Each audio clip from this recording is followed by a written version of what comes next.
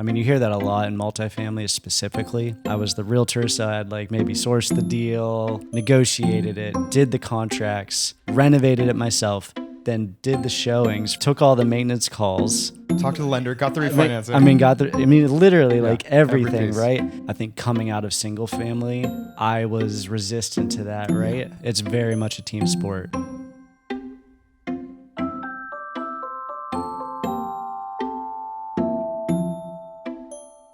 Hey everyone, welcome back to the Business of Homes podcast. I gotta tell you, when I started this podcast, I thought it was one thing, but it has evolved in my mind to be more inclusive and expansive in the types of stories that we tell. I thought that this podcast was about the business of real estate, entrepreneurism, and the philosophy that sort of is behind all of it and drives us. And I really thought that I'd spend most of my time speaking to people that spend their days being a realtor. But as I began to think, I realized, you know what? The business of homes includes so many people, myself included, not a real estate agent. And I think that it's those stories that are sometimes even more curious to hear because we recognize that the home is this great connection space for business and that some have very intentionally chosen not to follow the path of sales. And those people have these really interesting views of things because they see it from a completely different vantage point. And one of those people is Brandon Thornberry. I think Brandon has touched just about every aspect and even some of the non-traditional places in real estate. How long have you been at it? I started buying real estate in 2005. And that was your entry point. Yes. You started investing just for yourself. That's correct. Yep. I bought a single family house here in East Nashville, and I did what's now called a house hack. Oh, what is that? That's when you rent out to people and they essentially pay your mortgage, right? So it was a 4-bedroom house. There were 3 roommates there, and their rent covered my mortgage, and I essentially lived there for free. So isn't that just called buying a house and having roommates? It is, but Bigger Pockets now calls it a house hack. Amazing. So people have been doing that long before they coined that phrase, but that's when I really caught the bug for real estate. Did someone inspire you to do that, or was that just something you fell into? I've always had a weird ability to monetize situations. So that is a skill. So back to being a kid and having little things like shoveling snow or raking leaves and setting up a little business where I have my friends go out and do the jobs, and I receive the orders for these jobs. As a kid, that doesn't work because your friends are like, you can't be back at the house just taking orders. But as an adult, you know, you can do that. So, yeah. That's amazing. So getting in early into ownership teaches us so much about the real estate game, but it didn't stop there because you went on to try to buy another property and then another one after that. So what was the journey? Yeah. So after I caught that real estate bug, I was all in. So I just started buying duplexes, just slowly, you know, like maybe like 1 or 2 a year. And early on, I did all the work myself. So I was doing the painting, I was refinishing the floors, I was changing out the light fixtures, you know, everything. So just slowly built that up. At the time, I was a tour manager for bands and loved my job. It was really fun, but I knew that I didn't want to be on the road forever. And when kids started coming, I knew that I would want to be off the road. So I started buying rentals as sort of an exit plan to get off the road. A lot of people that get into that investing space immediately look towards a real estate license as a way to sort of open up other doors. Mm-hmm. Or maybe sometimes they move into a development place. Which road did you take? I stayed in the rental space for the first 6 years. And when I was sort of transitioning off the road, the rental income was kind of there, but it wasn't totally sufficient to bridge that gap. So I started doing some wholesaling and functioning as a realtor just kind of as a side hustle, just to supplement that rental income. But at the point where the rental income really was enough, I was pretty much done being a realtor. Yeah. So The yeah, sales side is a whole side unto itself. it is. It is a lot of work. Yeah. But that's just plugging things in some ways. It's taking a seller and a buyer, Mhm. connecting them, Yep. making sure that there's financing, making sure that things repaired. There's a lot of this plug modules into themselves, Yep. part of the sales side of real estate. But then there's this whole other side where you're evaluating properties for their highest and best use, or you're Yep. working on the development side, or you're connecting people that have the resources to either do development, finance it, or maybe create the vision around it. And I think that is never not interesting, because this land around us, it was all just prairie one time, right? Yeah. And Right. so it's all become something out of necessity or out of vision. And it's easy to look at like the old West and be, oh, they had vision, they made streets and buildings. And now we live in these relative urban landscapes. And it's harder to see those that have the vision to take something that's nothing and make it into something. And you're someone that's doing that even right this moment, taking parcels in hard areas of town and turning them into spaces that people want to be at. Yeah. Yeah. I really enjoy taking funky commercial buildings and doing something creative with them. So that's the fun side of real estate, where you get to tap into your creative side, and it's not all just, dollars and cents. You could do something creative with it. So I really enjoyed that part. You were telling me about this maker space that is beginning to take on a life of its own. What are you looking for in a parcel when you're trying to build that? Or did the maker space start as the idea? That's a good question. That's always something I've wanted to do.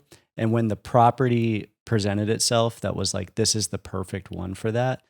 Those pieces kind of came together. So I knew I was looking for kind of this relatively rundown, somewhat affordable property. And this particular property used to be like a salvage yard, and it was in this family they owned it for like 70 years. And they had just kind of like added on to it. Those properties where you can just tell like Patchwork quilt. there was an addition and then there was another addition. And so this property was just perfect for that, where it just had all these unique little spaces that was kind of already chopped up. And my thought was, hey, I could have, several different tenants in here that, are looking for relatively affordable space in terms of like, in comparison to what people are paying for commercial spaces in Nashville. Yeah. And so being able to provide some affordable spaces to artists and makers and creative types, just do something fun with it. So Now, I love it. is this the space that has the shipping containers? Yes. So how do they fit in? So this particular property, the vision for it definitely evolved along the way. And so in addition to having the dilapidated or once dilapidated structures there's also some vacant land. And so we just brought in a couple shipping containers and are fitting them out to be content creation spaces similar to this studio that we're in right now. So different backdrops, podcasting space. So one of the other spaces that's already on the property used to be an old shop. So like a garage where they would fix up cars. And it's just got such a great Americana vibe to it. We have old vehicles in it. And so we started renting that out for music videos and photo shoots. And so seeing the success of that was when I thought, well, maybe there's more we could do here at the property in addition to the shop. So it's been really fun. Well, thank you for the larger community for not putting in a 4-story mixed use building. I think shipping containers are beginning to really capture the mind and the imagination of a lot of folks that sort of orbit real estate. I know that I have a shipping container dream myself for a little place in the woods, but shipping containers continue to rise to the surface as this relatively affordable and very creative solution for certain situations. Have you had an experience with them in the past? This is my first time. And what gets me excited about it is also sort of combining. I just got done renovating a school bus into a motorhome, and we have solar panels on the roof of our school bus.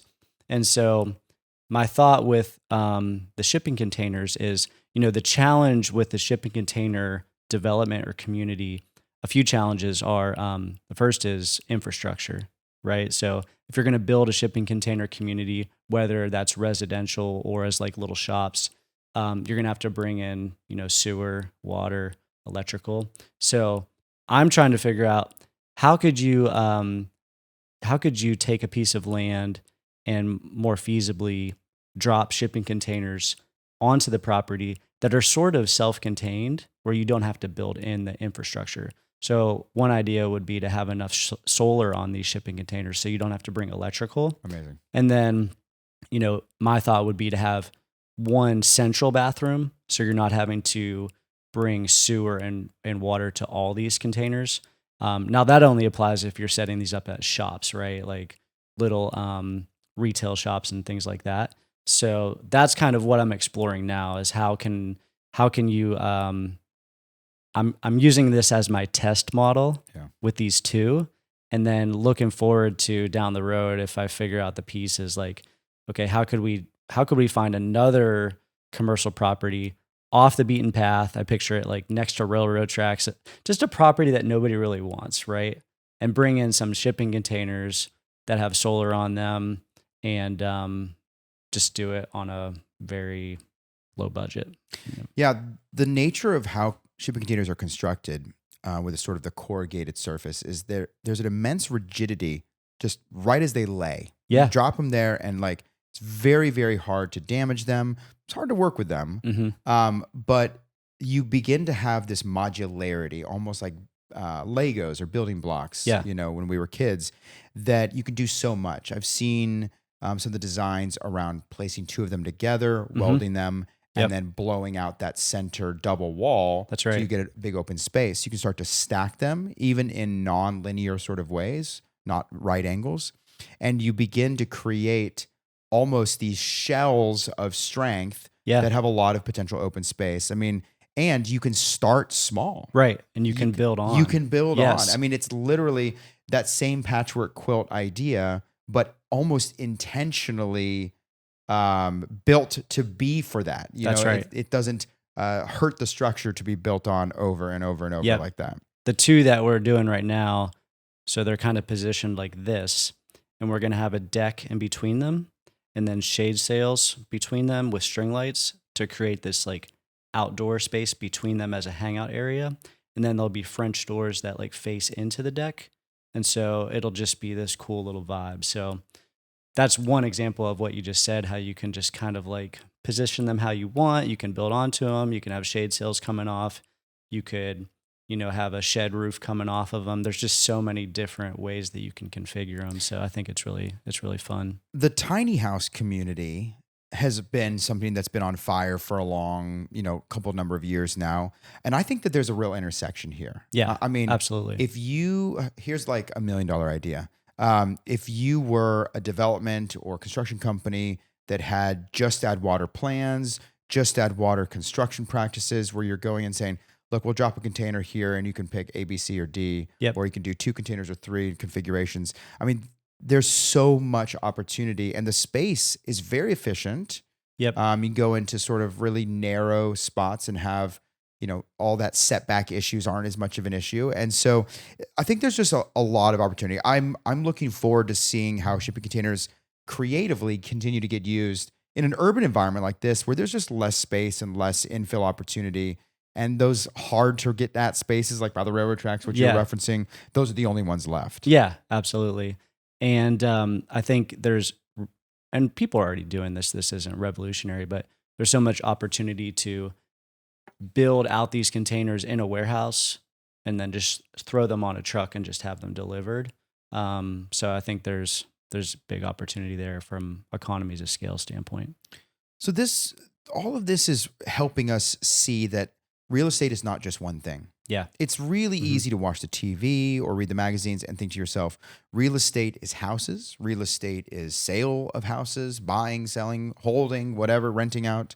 But there's so many elements of real estate being developing land and putting the highest and best use into place and putting people in those places.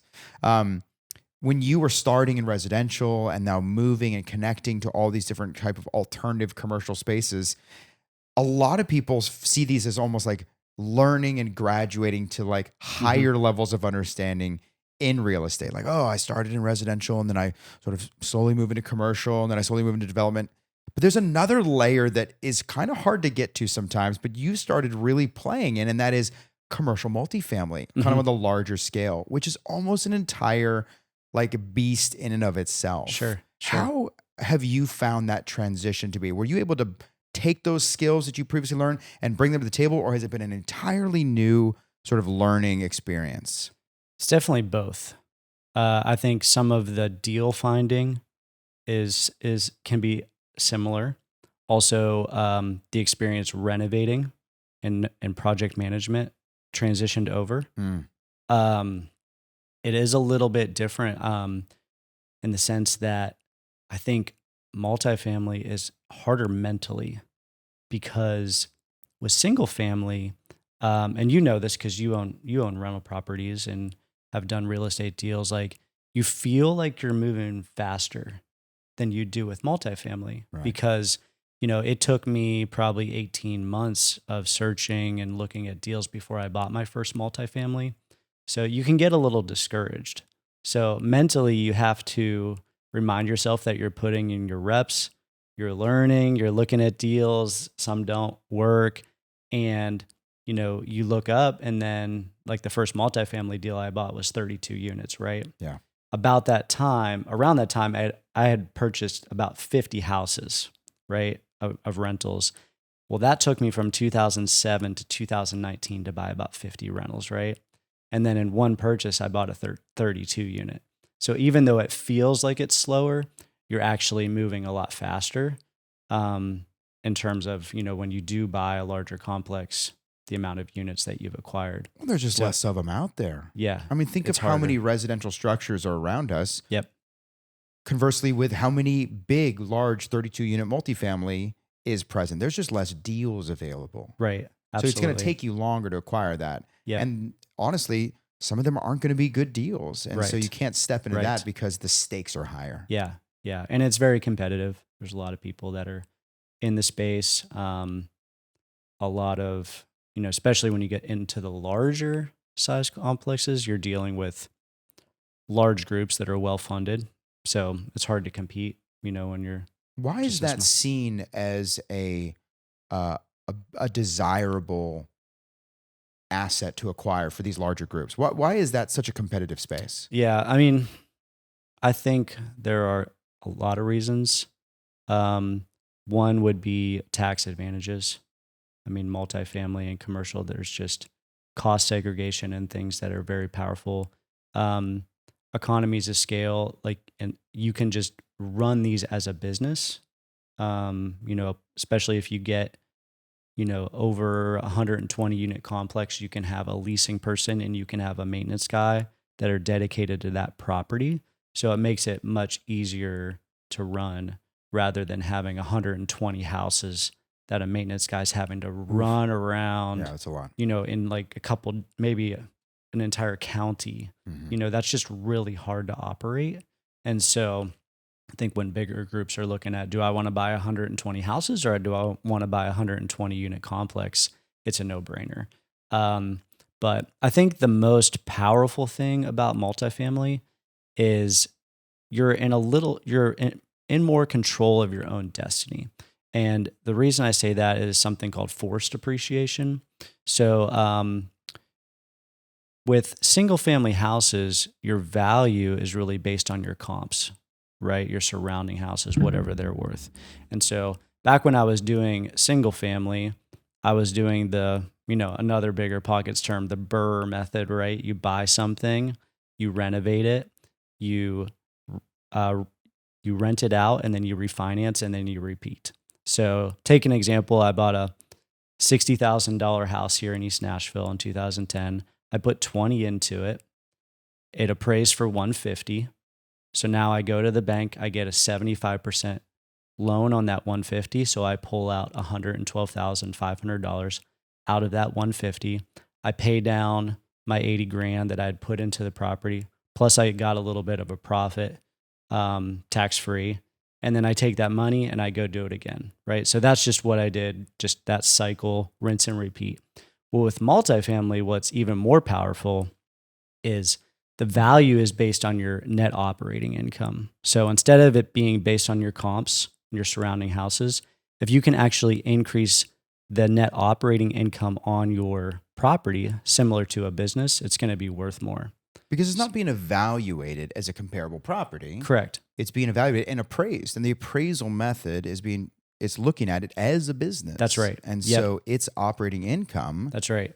is the valuation. Absolutely. Yeah. So I can actually, project out to a certain extent. I mean, there's some non-controllables, but if I know the rents for an area and I come in and let's say I buy a 10 unit, right?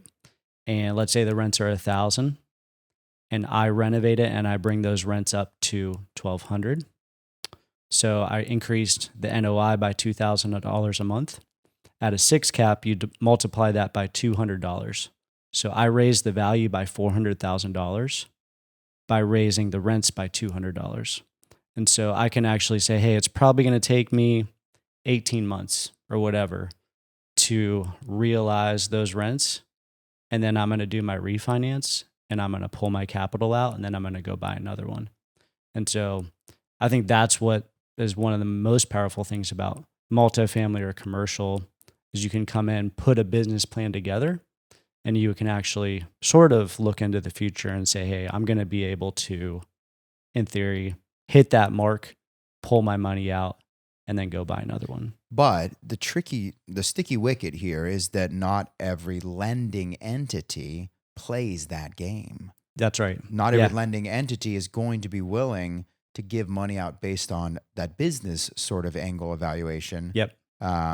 Rather than a traditional sort of comparable. That's right. And so you have to have the right lending partners in place and the experience to not get trapped and not be able to raise that net operating income because either you're underwater with expenses or you just can't kind of get to where the market is going to bear those rents. That's right. And so it's a high stakes poker game. It is.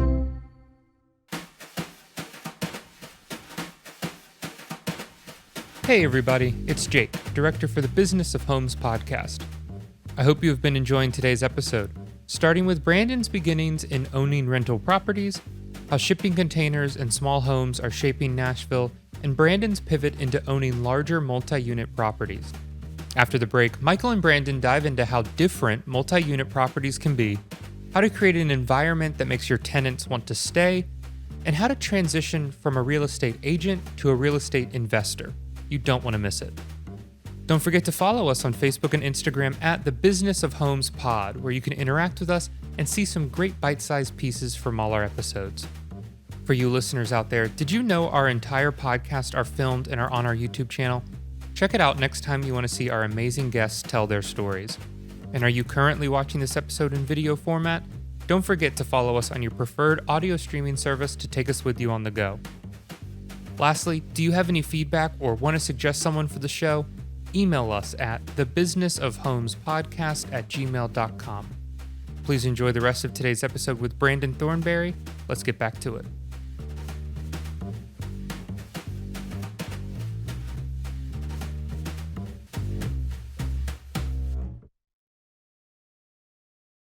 But the multifamily space is as different as the produce section. I mean, there is 8 units, 32, 96. Yep. I mean, and all of them are really operating at different speeds with different sort of demands on your time and your pocketbook. Yeah. For the listeners here that are sort of curious more about multifamily, let's begin to differentiate out some of these products because you've talked about a couple different versions. How close on the grand spectrum from like a single family structure all the way up to 96 units how close is these smaller 4-unit quads, Mhm. 8-unit complexes, 1620s, the complexes you're probably going to be seeing a lot more of in your neighborhoods. Where do those fall in this larger spectrum of risk, reward, accessibility? Yeah. Well, I will say the larger the complex, the easier it is to run. Hmm. And definitely when you get up into that over 100 unit kind of ballpark where you can really start to afford some full-time people for your property, it really helps to be able to provide excellent maintenance to your residents and just response time versus a scattered single family portfolio is just a lot harder to manage. Um, I think my 30 and 40 units are some of the harder properties to manage um, because they're just not quite there to afford a person. But the need is so big. The need is there. I mean, and people, they want, that response time. I mean, one of the biggest reasons somebody leaves a complex is because of maintenance. They just can't get their maintenance their maintenance request answered, and so they're just going to move out. And so the 30 and 40 unit complexes are really tough. I'm still buying them, but they're harder to really provide a excellent service than 120 unit. So Yeah, I've heard it said that if you're looking in the multifamily space, that you're really looking for quantifiably underperforming assets. absolutely. You want there to be a real reduced sense of culture, a real reduced sense of owner responsibility that's currently present. Yep. And a real sort of missing amenities piece. I mean, you want there to be holes in the formula that Yep. you yourself can improve upon or plug into. That's right. What is some of the cultural elements as you're building amenities out and sort of that get the piece that gets people to stay? You talk about what gets people to leave. The thing that gets people to stay is usually amenities and culture. Yeah. And so what are some of the things that you've tried to plug into some of these multifamilies to sort of pick that part of the formula up and improve the whole lot? Yeah. Well, a couple of things that come to mind. The first is, my tendency is to want to get into the units and start renovating those as quickly as possible, which I do. But I'm trying to get better at doing the exterior first, and just really come in very early on after acquisition and really do a drastic change to the exterior. And usually that means painting, landscaping, things like that. Culturally, I rely heavily on my property managers to really help with that. So that looks like community events, things like, as silly as they sound, like door decorating contests at Christmas and different things like that, just to provide this community feel there. So I'm not so much personally in the weeds on like the culture because I'm not there. Yeah. But definitely, working with property managers to, help with that. What is something that we can start to give the listeners here who are curious about these other aspects of real estate, whether it's development, whether it's multifamily? If you're listening here and you're a real estate agent slinging real estate and you want to start to expand your skill set, what are some areas that we can start to touch or work in to develop this wider range of skills? Yeah. I mean, if you're a realtor and you're wanting to get into real estate as an investor, I think it's kind of keeping your ears open to opportunities on deals that you're maybe bringing to your buyers. Sometimes that can sound a little bit of like a conflict of interest, but I think there's more than enough that you can still operate as a realtor and still be buying deals yourself. And I think, thinking back to when I was operating as a realtor, because I was so focused on sort of that monthly income, I think I missed a lot of opportunities that I probably should have figured out just how to buy myself instead of taking to a client. Most of my time as a realtor was actually finding investment properties for other people.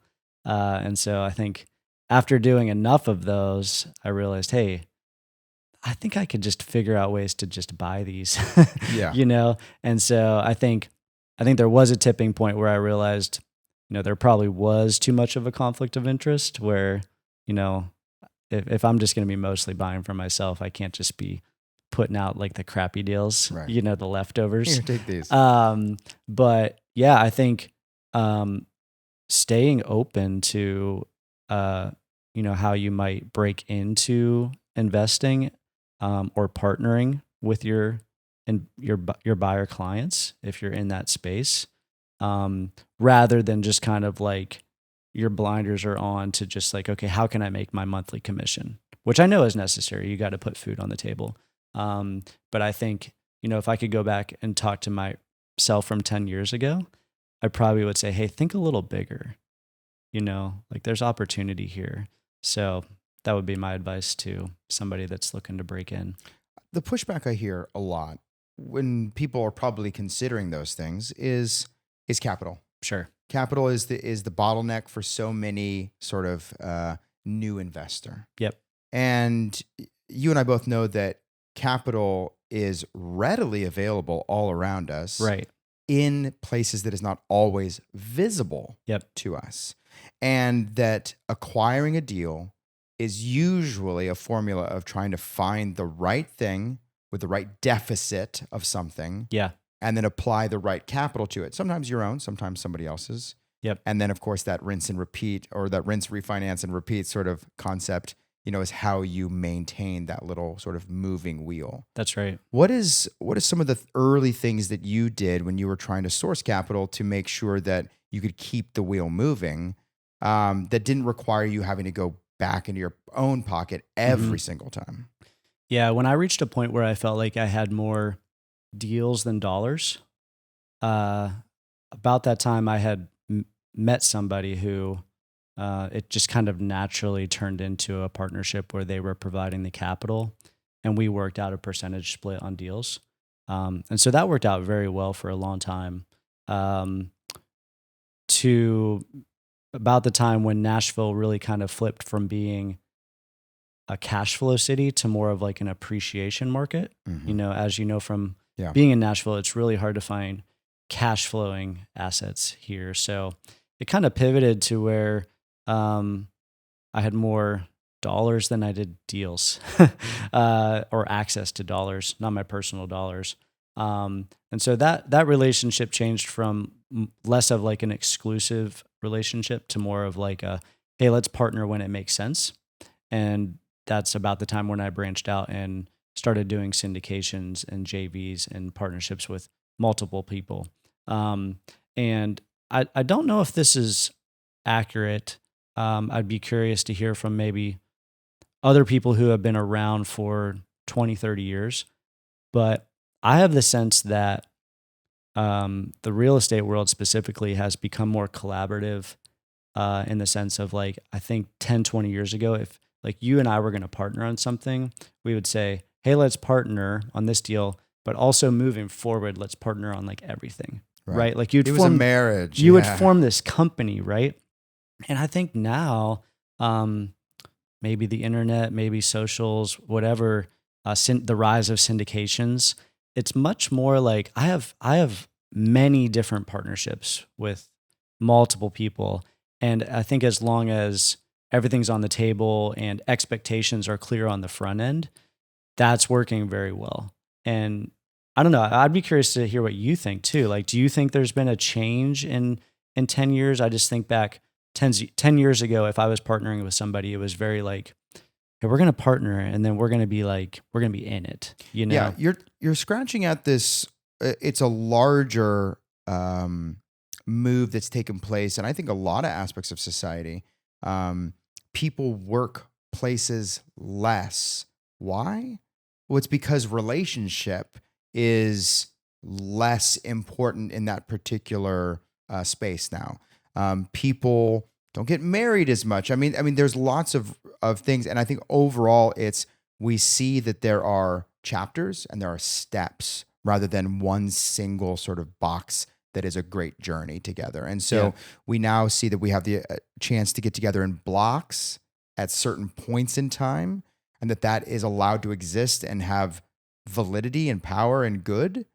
And that at the end of that block, which is relatively small and finite, there is a sort of a no harm, no foul, no strings attached sort of aspect of it, of like we part ways by default and we may come back together again. Yeah. And the old long-term stickiness of a relationship that you're sort of hinting at is now born out of repetition of these sort of blocks of time or these chapters, rather than a sort of a natural, it's obvious to both of us. Yeah.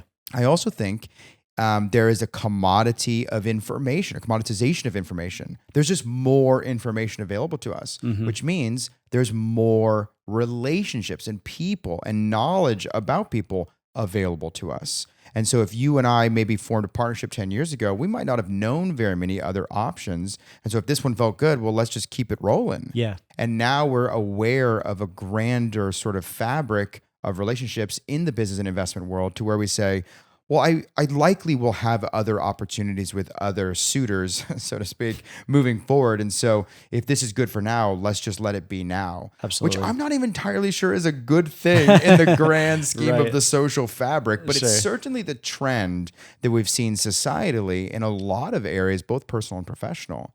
And so it's no surprise to me that investment, which tends to be, it's just business, sir, has gone that way as well. Yeah. Yeah. I read a book, probably a year, 2 years ago, maybe, I can't remember. It's called Who Not How. And that was really impactful for me, because for the longest time I was,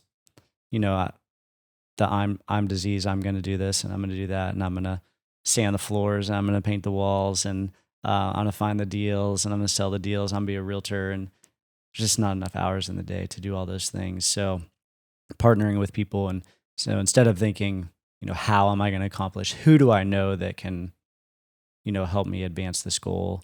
And so that's just been really fun, because in some situations I might just be the signer on a deal, and I'm providing maybe just kind of an advisory standpoint on the deal. Like, I'm not in the weeds on it. I'm just kind of watching, making sure everything's okay. I'm very little time in it. And then other deals, I'm like the main operator. I'm overseeing the renovation. So it just kind of depends on the size of the deal, and like who's involved and where the deal is and what it needs. And, so it's fun to craft that.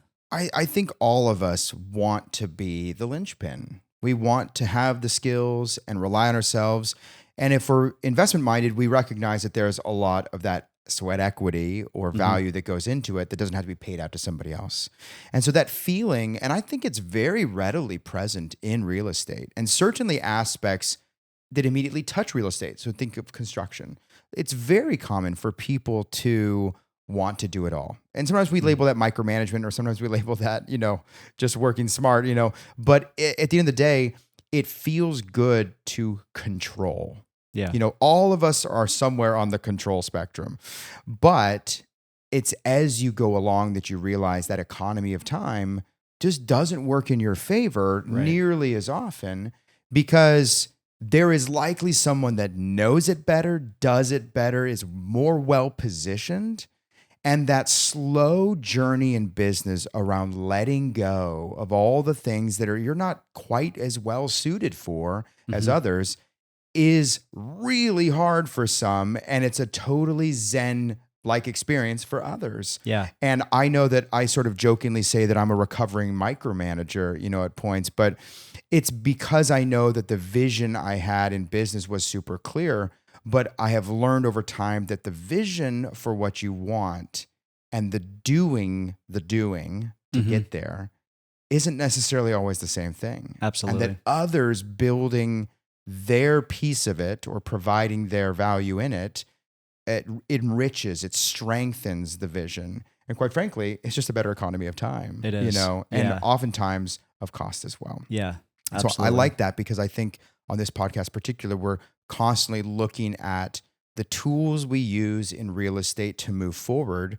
And sometimes it feels like me selling the home, doing the deal, negotiating this, working with a client, whatever it looks like, me doing all of that is naturally going to provide the best possible experience, which somewhere in my caveman brain will tell me that I'll make the most money at the end of that little, sort of formula. But it's not true. And it's the quicker we get there to realize that it's a collaborative effort, internal collaboration in teams you build, external collaboration in partners you create. Yeah. That's really the magic that we're all kind of pushing towards. And we're all trying to figure it out. So look around you, and if there's someone who's better at it, get around that person. That's probably a good partner. If there's someone that's worse at it, help them out. They might be an asset to you and you to them as well. And I think that kind of brings us to an interesting close here as we've looked at multifamily and development of spaces. None of it is done by ourselves. Yeah, it's very much a team sport. I mean, you hear that a lot in multifamily specifically, that it's a team sport. I think coming out of single family, I was resistant to that, right? Yeah. You know, I had done all the things myself. I was the realtor, so I'd like maybe sourced the deal, negotiated it, did the contracts, renovated it myself, then did the showings for the tenant, prepped the lease for the tenant, took all the maintenance calls, talked to the lender, got the refinancing. Literally like everything, right? And now there's definitely more of like a team. Like I found that I don't like cold calling, you know, but I have a friend who's a broker who's excellent and he loves it. Yeah. So it's just like, I don't need to be calling up sellers all day long. And do you want to sell your multifamily? Like he's great at that. Just let him do that. You know, I finally, after years, hired a bookkeeper. You know, I have a CPA, I have maintenance people, I have property managers, and I can confidently say I love the season that I'm in, right? Because I get to just focus on like what I really enjoy and what brings me energy. You know, at the end of the day, I reflect on that. You know, like what brought me energy today? Like where was I when I just like was in a space and I was like, I could just do this, you know, like all day. And like, I can't believe I get to do this and somebody pays me for it. You know, like where was that? And so I just love it. You know, it's so much fun. Yeah. And that piece of it that comes into identity and really starts getting that relationship concept that you were getting at of we don't make those decisions to outsource or to bring that outside partner in to help us. We don't make those decisions because we think it has to be this long-term marriage sometimes. We can be confused into recognizing that the people that you build around you, this team, it doesn't have to be your forever team. That's right. It doesn't even have to be your internal team. It can just be a group of outsiders that are helping you achieve your goals. That's right. They have their own sort of landscape and business that they're running, and you can almost begin to rely on that their interest in surviving and staying alive will suit your interest in taking to the next step. And it relieves a lot of pressure too, because you're saying, hey, let's try it out on this deal, right? And if it goes well, then we'll do another one. Right. You know, but it's less of like, hey, we're going to set up this company and then we're going to be in business for 20 years. Like that's a lot of pressure. My encouragement is the future of real estate and everything that touches it and surrounds it is collaborative. Everything about the future is team. Nothing about the future is isolation. And so you out there listening right now, building your team doesn't always look like hiring people to spend the money out of your own pocket. It looks like making the right relationships, the who, not the how. Yep. And making sure that to get to the next step, you have the people that'll help you get there and not trying to do it all yourself. That's right. Man, great to have you here. Yeah, thanks so much for the time. Really enjoyable. And guys, hit that subscribe button. Keep listening here. We're going to continue to tell amazing stories about how to help you in your business and how to learn this business of homes. Hey everyone, Jake again, Director for the Business of Homes podcast.